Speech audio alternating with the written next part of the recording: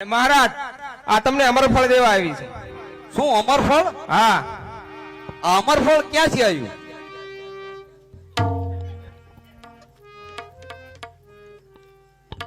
મહારાજ એ અમરફળ મેં કલાવતીને આપ્યું છે।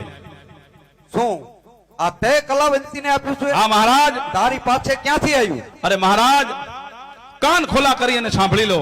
હૈયાની માથે પથ્થર રાખી અને મારી વાત સાંભળો।